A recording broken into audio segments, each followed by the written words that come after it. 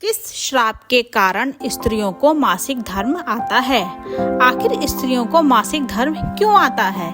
मित्रों, प्रत्येक स्त्री को हर महीने मासिक धर्म तो आता ही है, पर आज इस वीडियो में आपको यह भी बताऊंगी कि स्त्री को किस श्राप की वजह से मासिक धर्म की पीड़ा होती है, और तो और मासिक धर्म के दौरान स्त्रियों को कौन से कर्म या कार्य नहीं करने चाहिए। और दोस्तों, जब स्त्रियों को मासिक पीड़ा होती है तो कुछ लोग स्त्रियों को क्यों अछूत समझने लगते हैं। मित्रों, मैं आपको ये कथा के माध्यम से बताऊंगी कि आखिर स्त्रियों को मासिक पीड़ा क्यों होती है। तो मित्रों, चलिए जानते हैं आखिर किस श्राप के कारण स्त्रियों को मासिक धर्म आता है। नमस्कार मेरे प्यारे दोस्तों, आप सभी को आपके अपने जो भी दर्शक इस वीडियो को लाइक करें और चैनल को सब्सक्राइब करके कमेंट में जय माता लक्ष्मी नारायण लिखें। उन पर माँ लक्ष्मी का आशीर्वाद हमेशा बना रहे, उनके घर में धन की कभी कोई कमी ना रहे, उनका घर हमेशा खुशियों से भरा रहे। मित्रों, यदि आप इस वीडियो को पूरा देखते हैं और कहानी को ध्यान से सुनते हैं, तभी जाकर आपको पूर्ण तरीके से यह जानकारी मिल पाएगी आखिर किस श्राप के कारण स्त्रियों को मासिक धर्म आता है। इसीलिए मित्रों, कहानी को पूरा ही सुने, क्योंकि मित्रों यह कहानी आपको एक नई जानकारी और बहुत अच्छी सीख देकर जाएगी। दोस्तों, एक बार माँ लक्ष्मी भगवान विष्णु से पूछती हैं, हे प्रभु, आज मेरे मन में एक प्रश्न को लेकर शंका उत्पन्न हो रही है। प्रभु, इस विश्व जगत में केवल आप ही मेरे मन में उठ रही मेरी इस शंका का समाधान कर सकते हैं। माँ लक्ष्मी जी की बात सुनते ही भगवान विष्णु जी कहने लगे, प्रिय, तुम्हारे मन में जो भी प्रश्न है, जिसकी वजह से तुम्हें शंका हो रही है, वह तुमने निसंकोच होकर मुझ में पूछो। तुम्हारे मन में उठ रही सभी शंकाओं का समाधान अवश्य करूंगा। तब माँ लक्ष्मी जी कहने लगी, हे नाथ, वह कौन सा श्राप है जिससे कारण स्त्रियों को मासिक धर्म की पीड़ा सहन करनी पड़ती है। माता लक्ष्मी ने अपना दूसरा प्रश्न पूछते हुए कहा, हे प्रभु, एक स्त्री को मासिक धर्म में वह कौन से कार्य नहीं करने चाहिए जिससे वह ऊपर लगने वाले पाप से बच सके। तब भगवान विष्णु कहते हैं, हे लक्ष्मी, तुमने संपूर्ण मानव जाति के कारण हेतु अत्यंत उत्तम प्रश्न किया है। मैं तुम्हारे इन सभी प्रश्नों का उत्तर तुम्हें बलराम नामक एक पुरुष के जीवन में हुई घटनाओं के माध्यम से दूंगा, जिससे प्रिय तुम्हें दूसरे या तुम्हारे प्रश्नों का उत्तर इस कथा में माध्यम से प्राप्त हो जाएगा। यह कथा इतनी पावन है कि इस कथा के श्रवण करने मात्र से ही समस्त मनुष्य के पापों का नाश हो जाता है। जो भी गृहस्थी जीवन में है और वह पति पत्नी इस कथा को ध्यान पूर्वक सुनते हैं, जो उन्हें सुख और सौभाग्य की प्राप्ति होती है। इसलिए हे देवी लक्ष्मी, मैं जो कथा आपको सुनाने जा रहा हूँ, आप भी इस कथा को ध्यान पूर्वक पूरा अंत तक अवश्य सुनिए। अब देवी लक्ष्मी जी कहती हैं, हे नाथ, यह बलराम कौन था और उनके जीवन में कौन सी घटनाएं हुई थी? हे प्रभु, मैं इस कथा को सुनने के लिए उतावली हो रही हूँ। कृपया आप इस कथा को मुझे सुनाइए। मैं इसे ध्यान पूर्वक पूरा अवश्य सुनूंगी और संपूर्ण विश्व जगत में विख्यात भी करूंगी। तब भगवान विष्णु कथा सुनाना आरंभ करते हैं और कहते हैं कि हे देवी लक्ष्मी, पूर्व काल की बात है। निर्मल देश में एक अत्यंत सुंदर नगरी थी। इस नगरी में बलराम नाम का एक ब्राह्मण रहा करता था। बलराम को समस्त वेदों और शास्त्रों का ज्ञान था। वह एक तेजवान और परम बुद्धिमान, गुणवान तथा धर्म के मार्ग में खुद की आहुति दे देने वाला एक ब्राह्मण था। सभी वर्णों के लोग बलराम को बड़ा सम्मान देते थे। बलराम प्रतिदिन यज्ञ करता था, दान धर्म के साथ साथ संध्या उपासना भी किया करता था।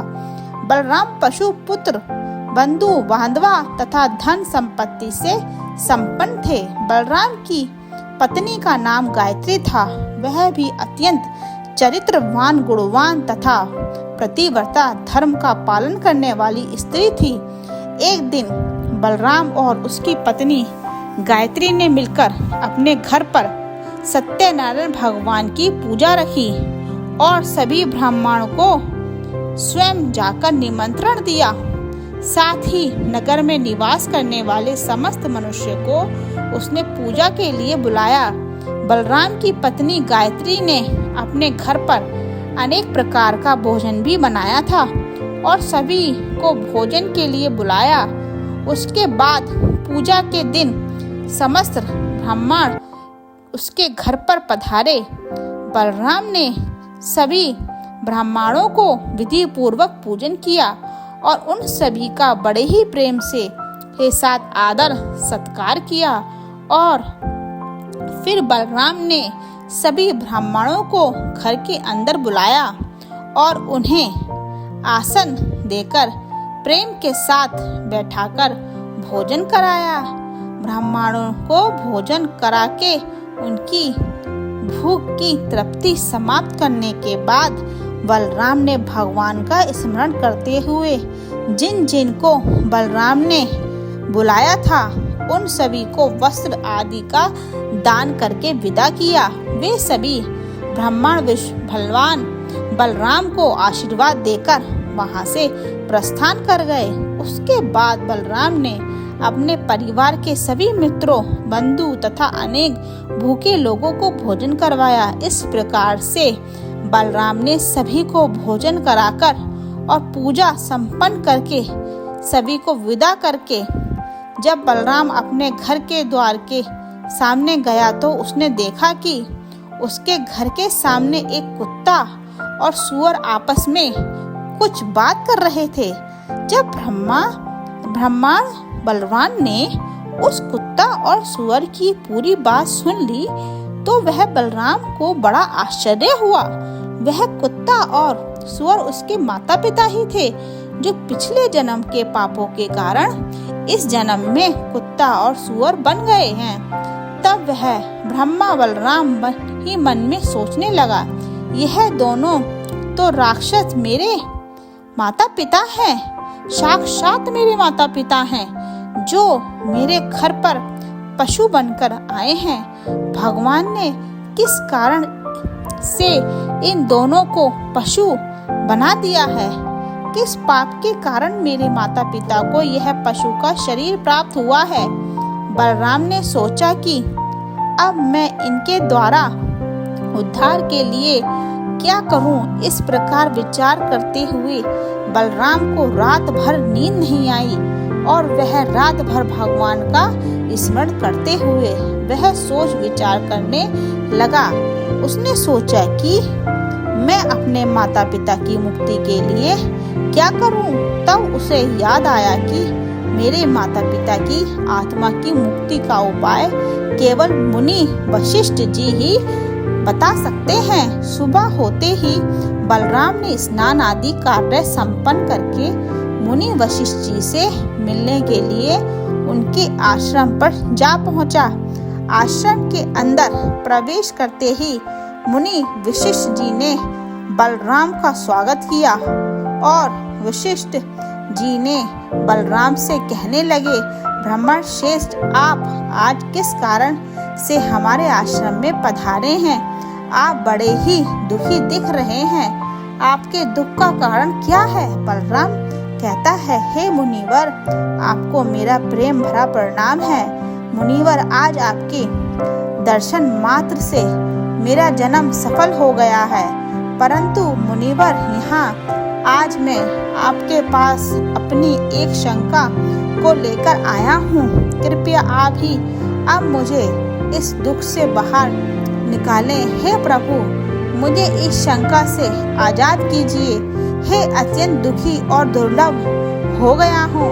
वशिष्ठ जी ने आगे कहा कि ब्राह्मण देव, आप दुखी मत होइए। आपकी जो भी शंका है वह निसंकोच होकर मुझसे पूछो। मैं अवश्य तुम्हारी शंका का समाधान करूँगा। फिर बलराम कहता है, हे मुनिवर, कल मैंने अपने घर पर भगवान सत्यनारायण का पूजन करवाया था तथा अनेक ब्राह्मणों को और भूखे लोगों को भोजन कराया। मैंने सब कुछ विधि पूर्वक पूजन किया।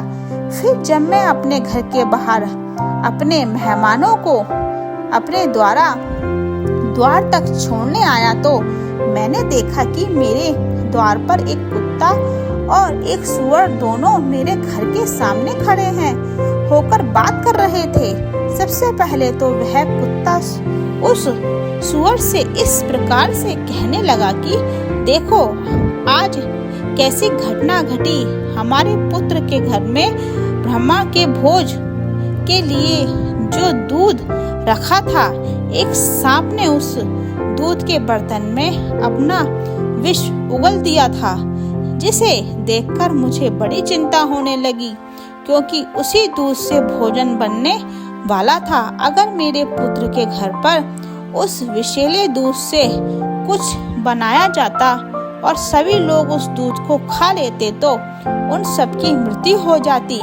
इसीलिए मैंने उस बर्तन में से सारा दूध पी लिया। लेकिन जब मेरी बहू की दृष्टि मुझ पर पड़ी तब उसने मुझे डंडों से खूब पीटा, जिससे मेरे शरीर का अंग भंग हो गया। अब मुझे बहुत पीड़ा हो रही है और इसी वजह से मैं लड़खड़ाते हुए चल रहा हूँ। मुझसे यह पीड़ा सहन नहीं हो रही है। कुत्ते की बात को सुनकर वह स्वर बहुत दुखी हो गई और वह अपना बर्ताव सुनाने लगी और बोली, हे प्रीतम, अब मैं तुम्हें मेरे दुख का कारण सुनाती हूँ। पूर्व जन्म में से ब्रह्मा की माता थी तुम, परंतु इस ब्राह्मण ने सभी लोगों को भोजन कराया, किंतु इसने मेरे सामने घास तक नहीं डाली और ही मुझे जल पिलाया। बलराम बोला कि हे मुनिवर, इसी कारण मैं से बहुत दुखी हूँ। फिर बलराम कहने लगा, इस प्रकार से अपने माता पिता को कुत्ता या और सुअर के रूप में से ऐसा बोलते हुए देखकर मुझे बड़ा दुख हो रहा है। हे मुनिवर, मुझे रात भर नींद नहीं आई। हर क्षण मुझे बस यही चिंता सताए जा रही थी कि मैंने कभी कोई पाप नहीं किया, हमेशा धर्म के कार्य किए हैं, परंतु फिर भी मेरे माता पिता ऐसा कष्ट झेलने पड़ रहे हैं। हे मुनिवर, यही मेरी शंका है, इसी कारण आज मैं आपके पास आया हूँ। कृपया आप अपनी दिव्य शक्ति से पता करके मुझे बताइए कि किस कारण से मेरे माता पिता की ऐसी दुर्दशा हुई है और उनकी मुक्ति के लिए मुझे कौन सा धर्म करना होगा। तब मुनि वशिष्ठ जी ने ध्यान लगाते हुए वह सब कुछ देख लिया और उस ब्रह्मा के माता पिता के पूर्व जन्म के कर्मों के बारे में बलराम से कहने लगे, हे ब्राह्मण, तुम्हारे माता पिता ने पिछले जन्म में घोर पाप किया है। उसी पापों को कर्मों के कारण आज उनकी ऐसी दुर्दशा हुई है। बलराम कहने लगता है कि हे गुरुदेव, कौन से पाप के कारण मेरे माता पिता की ऐसी दुर्दशा हुई है, कृपया मुझे उसके बारे में विस्तार से बताने की कृपा करें, मैं जानना चाहता हूँ। फिर मुनि वशिष्ठ जी कहते हैं कि हे ब्राह्मण, तुम ध्यान से सुनो। यह कुत्ता तो तुम्हारे पिता हैं। यह पिछले जन्म में बसंत नगर के श्रेष्ठ ब्राह्मण हुआ करते थे। उन्होंने एक दिन एकादशी का व्रत रखा, परंतु यह उसका पालन न कर सके और भोजन कर लिया। एकादशी के व्रत के दिन तुम्हारे पिता ने दान धर्म भी नहीं किया। उन्होंने अपने द्वारा पर आए हुए कुत्तों को भी कभी भोजन नहीं खिलाया। तुम्हारे पिता ने अपने पितरों का श्राद्ध भी विधि पूर्वक नहीं किया। तुम्हारे पिता ने पिछले जन्म में मासिक धर्म के दौरान ही तुम्हारी माता के साथ संबंध बनाया था और इसी पाप के कारण तुम्हारे पिता को इस जन्म में कुत्ता और जन्म मिला है। ब्रह्मपुत्र, अब तुम अपनी माता के बारे में सुनो। तुम्हारी माता ने मासिक धर्म में होते हुए भी भोजन बनाया। मासिक धर्म के दौरान ही उसने भगवान की पूजा उपासना की, तुलसी को जल चढ़ाया। मासिक धर्म में होते हुए भी तुम्हारी माता ने भगवान को भोग लगाया। इसी कारण से इसे महापाप लगा है। मासिक धर्म के दौरान स्त्री के 3 से 5 दोनों के लिए अपवित्र हो जाती हैं। मासिक धर्म के दौरान स्त्री को पाठ नहीं करना चाहिए, सत्संग करना नहीं चाहिए। प्रत्येक स्त्री को इन 3 से 5 दिनों में अपने बाल भी नहीं धोने चाहिए। इससे इसके प्रति पति की आयु कम होती है। मासिक धर्म के दौरान पेड़ पौधों को स्पर्श भी नहीं करना चाहिए। मासिक धर्म में स्त्री के साथ संबंध भी नहीं बनाना चाहिए। वह मुनिवर अब आगे कहते हैं कि जो पुरुष मासिक धर्म के स्त्री के साथ संबंध बनाता है उसे ब्रह्मा हत्या का पाप लगता है। जो पुरुष उस वक्त के समय में स्त्री के वस्त्रों को स्पर्श करता है उसे भी पाप लगता है। मासिक धर्म स्त्री के शरीर में 3 से 5 दिनों तक ब्रह्मा हत्या का पाप निवेश करता है और 6वें दिन में ही वह स्नान करके पवित्र हो जाती है। 6वें दिन स्नान करने के पश्चात स्त्री को अपने पति का मुख देखना चाहिए, अन्य किसी पुरुष का मुख नहीं देखना चाहिए। यदि पति समीप ना हो तो सूर्य देव के दर्शन करने चाहिए। गुरु वशिष्ठ बलराम से कहते हैं कि हे ब्राह्मण, शेठ इसी पाप के कारण तुम्हारे पिता को कुत्ता और तुम्हारी माता को सुअर का जन्म मिला है। मुनिवर बलराम कहते हैं, हे मुनिवर, अब आप मुझे मेरे माता पिता की मुक्ति के लिए उपाय बताने की कृपा करें।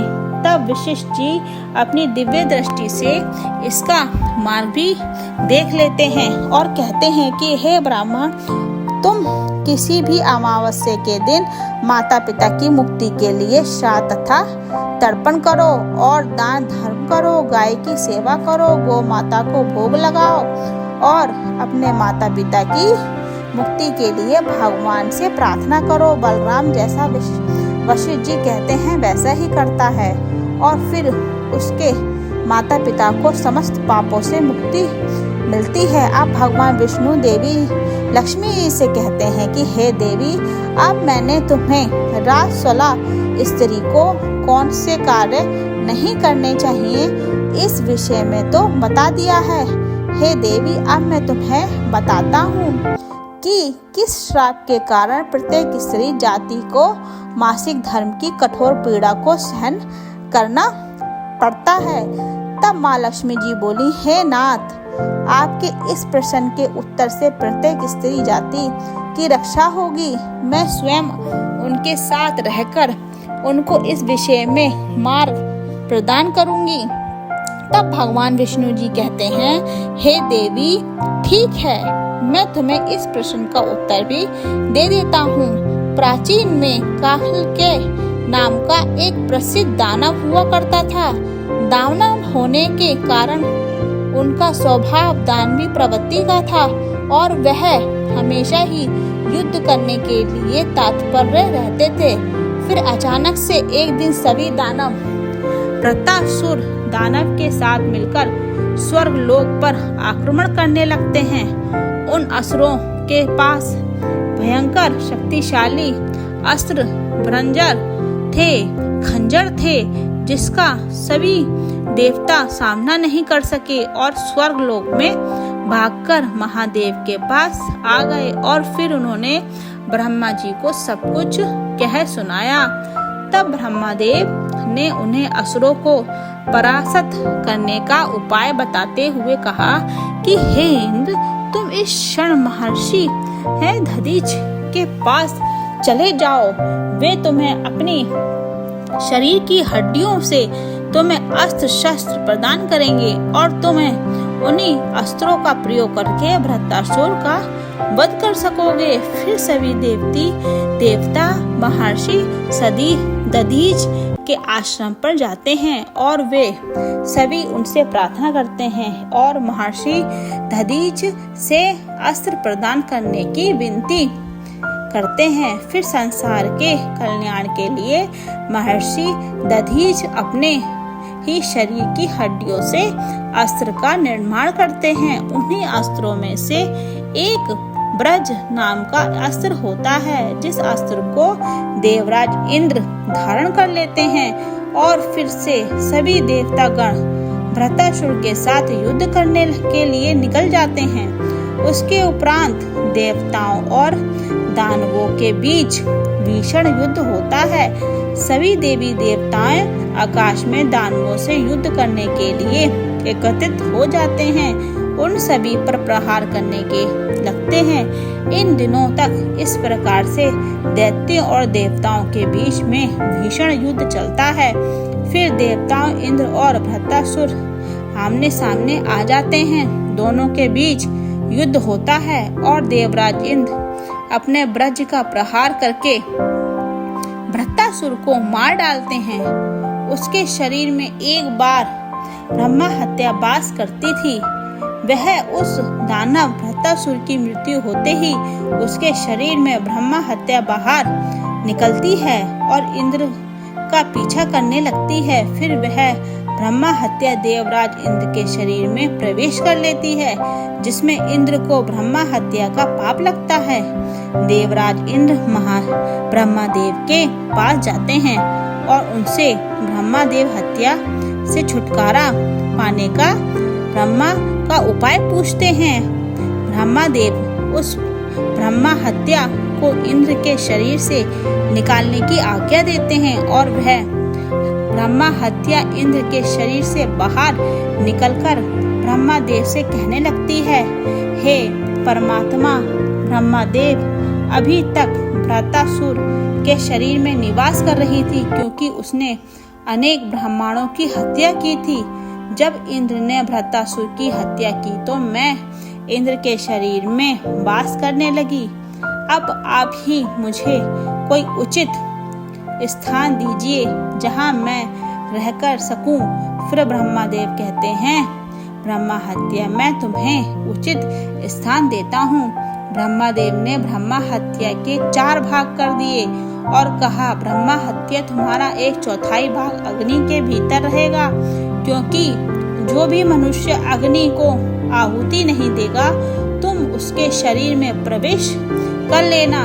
ब्रह्मादेव ने फिर कहा कि दूसरा 1/4 भाग जल के भीतर रहेगा। जो भी जल में थूकेगा अथवा जल में मल मूत्र का त्याग करेगा तुम उसके शरीर में प्रवेश करोगे। फिर तीसरा 1/4 भाग पेड़ पौधों और वृक्षों के भीतर रहेगा। जो भी मनुष्य अकारण ही वृक्षों को काटेगा उसे भी ब्रह्मा हत्या का पाप लगेगा। उसके बाद ब्रह्मादेव ने अप्सराओं को बुलाया और कहा, अप्सराओं, इस ब्रह्मा हत्या का 1/4 भाग तुम ग्रहण करो। फिर अप्सराएं कहने लगी, प्रभु अगर आपकी यही आज्ञा है तो हम इसे आपकी आज्ञा से ग्रहण करने के लिए तैयार हैं, किंतु हमें भी इस मुक्ति का कोई उपाय बताइए। फिर ब्रह्मादेव कहने लगे कि हे अप्सराओं, जो भी पुरुष मासिक धर्म में स्त्री के साथ संबंध बनाएगा उसके अंदर यह ब्रह्मा हत्या प्रवेश कर जाएगी। इस प्रकार से ब्रह्मा हत्या के 4 भाग हुए, एक अग्नि में, दूसरा जल में, तीसरा वृक्षों में और चौथा स्त्रियों के अंदर प्रवेश कर गया है। उसी ब्रह्मा हत्या के भाग के कारण स्त्रियों को मासिक धर्म आता है। जो भी पुरुष मासिक धर्म के दौरान स्त्रियों को स्पर्श करता है अथवा उनके साथ संबंध बनाता है, उसे ब्रह्म हत्या का पाप ले जाता है। अब आगे भगवान विष्णु जी कहते हैं, देवी इस प्रकार से मैंने आपको स्त्री के रजस्वला होने के पीछे की कथा और रजस्वला स्त्री को कौन से कार्य नहीं करने चाहिए इसके विषय में बता दिया है। अब माता लक्ष्मी कहती हैं, हे प्रभु, आज आपने मुझे बहुत ही महत्वपूर्ण ज्ञान दिया है। मैं भी आपको वचन देती हूँ, जो भी स्त्री मासिक धर्म के दौरान पूजा पाठ करेगी, पति के साथ संबंध रखेगी, उसके घर में मैं प्रवेश नहीं करूँगी। तो मेरे प्यारे दोस्तों, यही कारण है कि मासिक धर्म के दौरान किसी भी स्त्री को छूना पाप माना गया है। मासिक धर्म के दौरान स्त्रियों को यह कार्य नहीं करने चाहिए। मेरे प्यारे दोस्तों, उम्मीद करती हूँ यह जानकारी आपको जरूर पसंद आई होगी। मेरे प्यारे दोस्तों, यदि आपको यह वीडियो पसंद आई हो तो प्लीज़ आप इस चैनल को सब्सक्राइब जरूर करें और लाइक करें, और दोस्तों सच्ची श्रद्धा से कमेंट में जरूर लिखें, जय श्री हरि विष्णु, जय श्री राम, जय हनुमान। साथ ही देवी देवताएं को भी प्रणाम करें। हर हर महादेव भी सदैव आप अपनी कृपा बनाए रखें। प्रिय मित्रों, अगर आपको सभी ने यह वीडियो को यहाँ तक देखा है तो हमारी वीडियो को सब्सक्राइब करना ना भूलें। धन्यवाद।